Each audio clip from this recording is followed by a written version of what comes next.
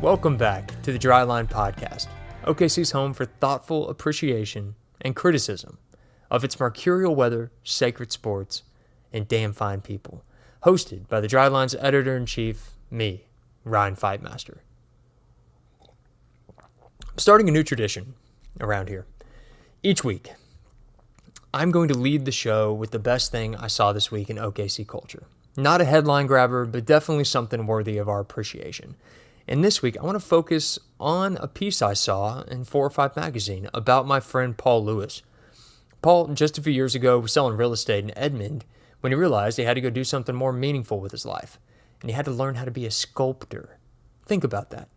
Selling real estate, commit your whole life to becoming a sculptor. This has all happened within the last 5 years for Paul. He started small, then took on some bigger projects, then went out to Europe, in Greece and Italy, and completed 2 different residency programs in sculpting. Now he's working on commission pieces out of his studio in Austin, getting interviewed by 4 or 5 magazine, taking on jobs all over the place. So I just want to focus on that because it's always good to see someone from around here take a big swing at their dream and connect. Shout out to 4 or 5 magazine for doing this kind of highlighted storytelling. Paul's also an inspiring follow on the socials too. You can find him at Paul Lewis Art anywhere. And soon you'll find one of his commissioned memorial sculptures at the soon to open in 2027 Uncommon Ground Sculpture Park in Edmond. I'm so excited to scope that place out. Google Uncommon Ground Sculpture Park in Edmond if you have not seen this place yet. The renderings are awesome. Okay, to the show. You want to know how hot it is right now? The Oklahoman featured yesterday, yes, their feature story in the physical paper and on the website was a breakdown of how high school football programs around the state are adjusting their practice schedules to accommodate extreme heat. Oklahoma, when you distill it down to its true identity, is all weather and sports. Let's be honest. The Oklahoman gets it. The scorching heat can take our crops, our water supply, the green grass out of my lawn, but we will not let it take our high school football players' chance to play under Friday Night Lights.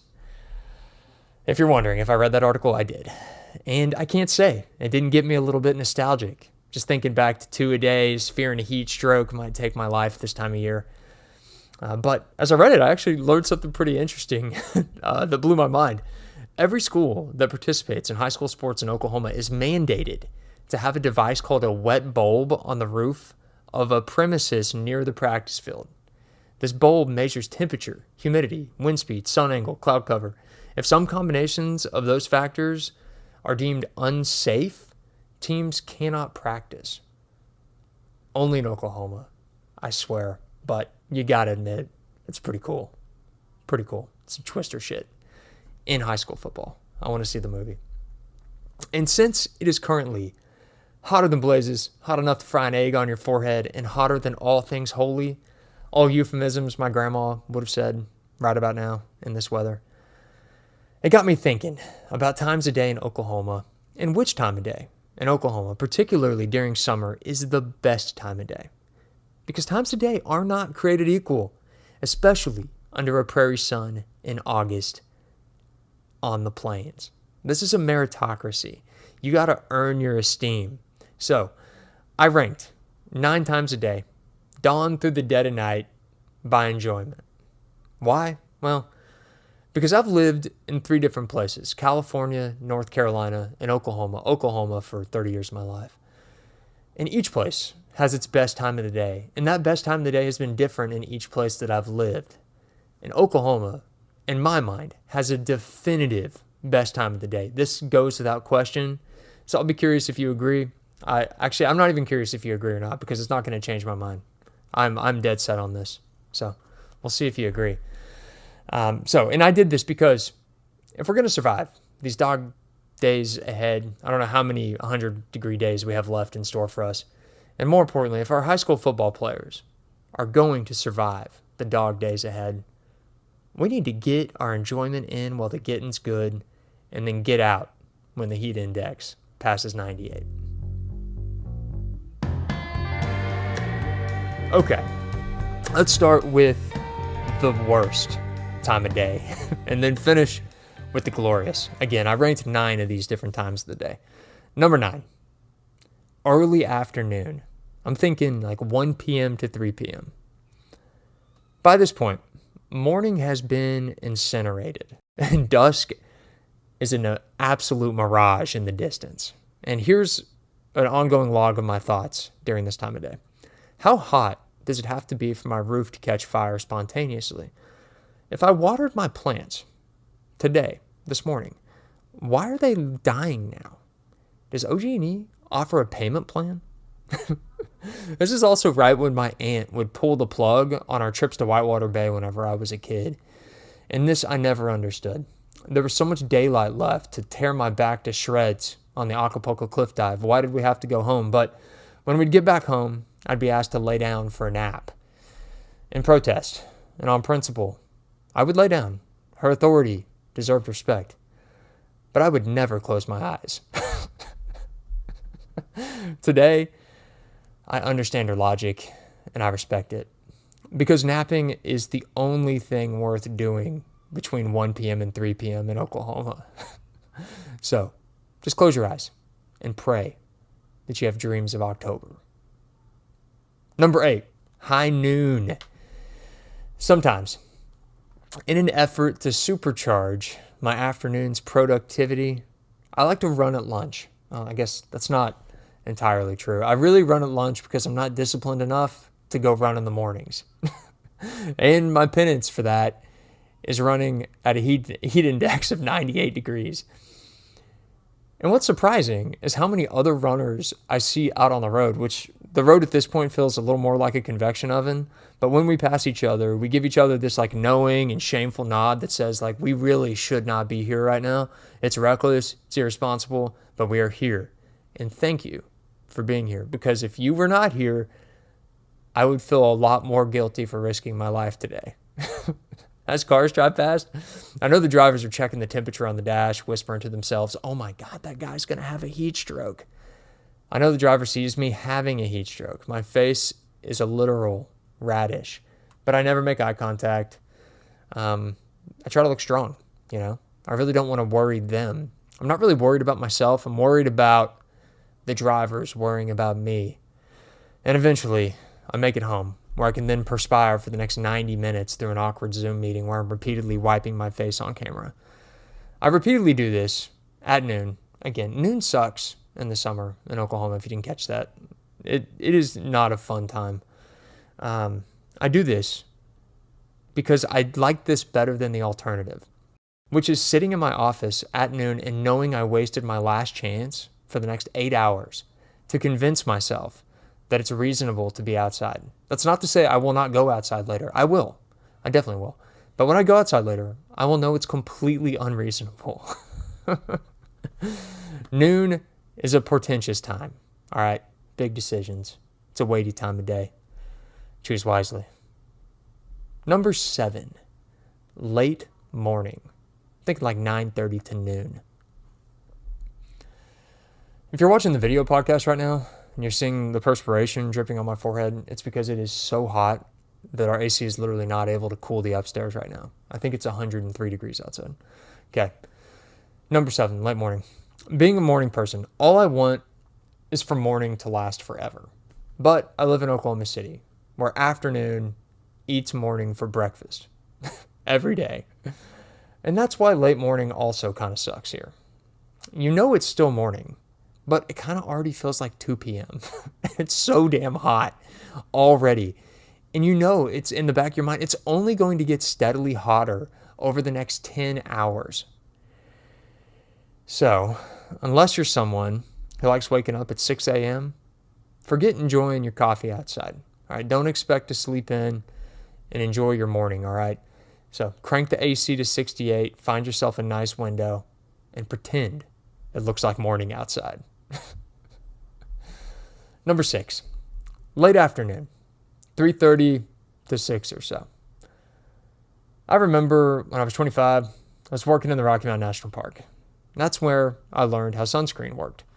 I had a supervisor, a guy who hiked all the time, and he was telling us to wear SPF 30 sunscreen. This was his recommendation. And until this time, I did not understand that the number in the SPF was how long it took your normal time to get sunburned and multiplied that time. So if it usually takes you like 10 minutes to get sunburned, multiply it times 30 when you wear SPF 30 and you get 300 minutes of protection. I always thought this was complete nonsense. A couple days ago, around 4-ish, I rolled out our trash cans to the curb. I was under direct sunlight for no more than 15 seconds. Back inside, I looked at myself in the mirror, and it looked like I'd done Clint Eastwood's Walk Through the Desert in The Good, the Bad, and the Ugly. I swear, I had a new sunspot. After those 15 seconds on my temple, my bottom lip was taut, like it had that fried feeling. So I did some quick SPF deduction in my mind based on my 15 seconds that it took to get sunburned, and to stay outside for 15 minutes without getting a sunburn, I would have to apply SPF 60 level protection at 4 in the afternoon. And that tracks, actually. I'm very white, so that actually makes a lot of sense. So yeah, wear sunscreen. Late afternoon in Oklahoma has a way of showing you just how white you really are. Okay, we're at the turning point. The rest of the times of the day at least have some silver lining. All right, this is when things start to get better. Everything before is just horrible. All right, so we're into the good stuff. We've turned the corner. Number 5, early evening, say like 6 o'clock to 8:30. To my eye, early evening is maybe the most pleasing time of the day in Oklahoma to look at. There's that auburn haze that like floats through the trees and houses like pixie dust, like transforming mailboxes and trash cans to art. And all I'm saying is just like be careful where you look whenever you're driving around in the early evening, because if you're in a neighborhood, you might find yourself living in that neighborhood. It will literally entrance you this time of day. Do your due diligence and drive back through that same neighborhood at noon. Just be careful. But no matter how beautiful this time of the day is, because of the humidity in our air, this section of the day contains the hottest temperature. And every day I ask myself, how is it possible that it is still this hot, this late in the day? How? Last Friday, it was 102 degrees at 6 p.m. I thought about going running. I did go run, and I almost died. So when people say that February and August in Oklahoma are pretty much the same season because you can't leave your home, blame the early evening. But it's just so gorgeous, right? The back sweat. It's worth it. I will not stop going outside in the early evening, no matter how dangerous it is. Which brings us to number 4, early morning, 6:30 to 9-ish. Oklahoma City, if you're not disciplined, will turn you into a vampire. Because it's officially hotter than shit by 8 o'clock. Still, I think morning is spectacular here, especially during those rare cool fronts where the temperatures loiter in the 70s, like past 8 o'clock. Coffee is actually given a chance to like steam on those days. My morning walks are actually refreshing and not a workout. But always, in the back of your mind, you know what's coming. The avalanche of heat is building with every notch the sun climbs on the horizon. This knowledge lives rent-free every day in the back of your mind.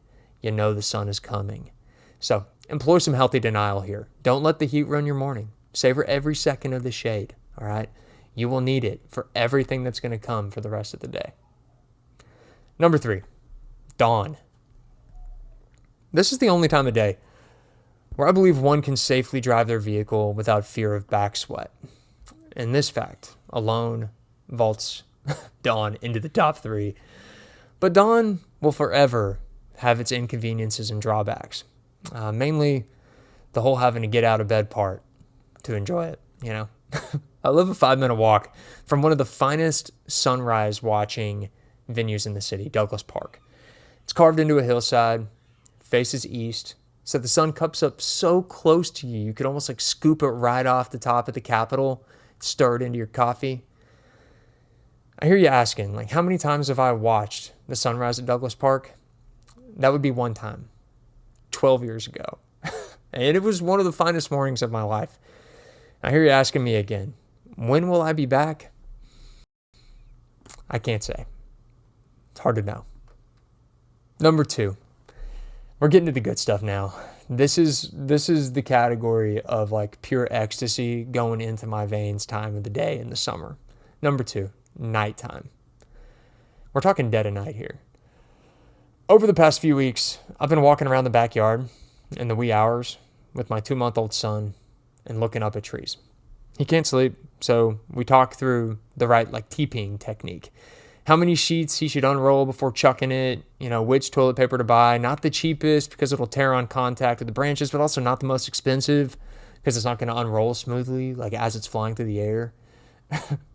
Exactly how far up the tree to aim, where to hide when a car pulls down the block, who to recruit as your getaway driver, all that stuff. Don't worry. He's going to be ready. When the time comes, my son will be ready to do some TPing, some epic TPing. And summer nights, that warmth, it just wraps around you like amniotically. And I just remember that feeling of like being out late, TPing. And it was like those nights were just never going to end. There's a feeling of the infinite at nighttime. Like time has unwound itself. Minutes become hours. And I actually think it's the crickets that do this, playing their little wings like violins, ripping open time so that we can dive in there. That's how I justify how loud they are outside my window every night. But speaking of diving, after the sun's gone down, recently, all I can think about is the pool. We don't have a pool, but if it's dark, I want a pool. Because if we were ranking the best times a day to swim in Oklahoma, nighttime wins every time. Because when the temperature of the water exceeds the temperature of the air, that feeling is, again, it's like amniotic. It's just perfect. God, we need a pool. We need some subscribers so we can build a pool in our backyard. Yeah, left alone past 10 p.m., I can sit outside for hours. The mind, it just like stills. The body relaxes. Night in Oklahoma. Freeze.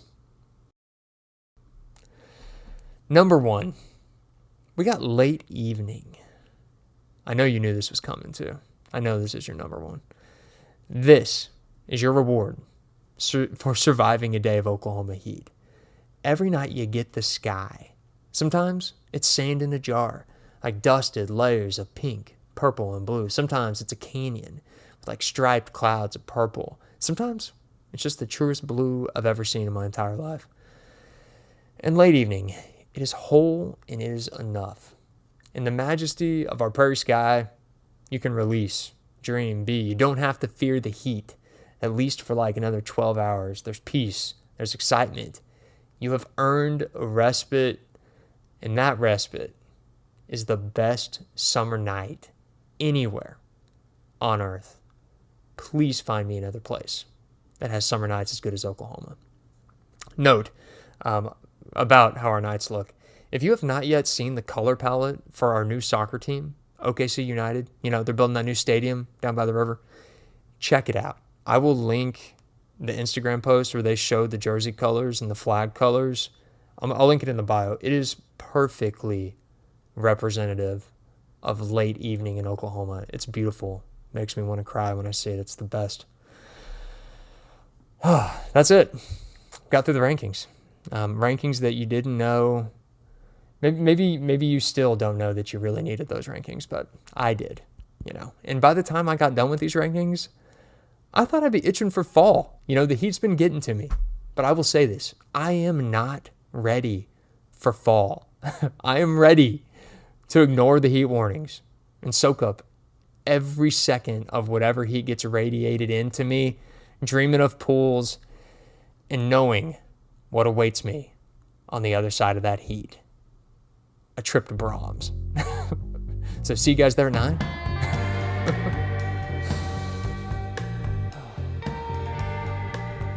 Next week, we have a special interview with someone I know and respect and find to be one of the funniest people alive. The great Oklahoma Cityan LV Ellis of Hamilton, Acclaim.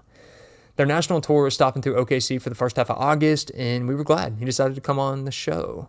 We're also going to be releasing a breakdown of the best restaurants and things to do in Oklahoma City that you can no longer do in Oklahoma City anymore, because those places and things don't exist. So if you miss an old Oklahoma City institution, you want us to include it in our rankings, fire us an email at drylineokc@gmail.com. That goes with any tips. Anything you want to tell us, send us an email. This is 2026. If you enjoyed this podcast, you know what to do. Drop us a review. Like the clips of my face moving around on TikTok and Instagram and Facebook. Share the word. Subscribe to the Dryline Substack, where you will never miss our writing about Oklahoma City's culture. Until the next time, you'll know where to find us. At the Powerhouse. Oklahoma, where the wind comes sweeping down the plains. Oh, God.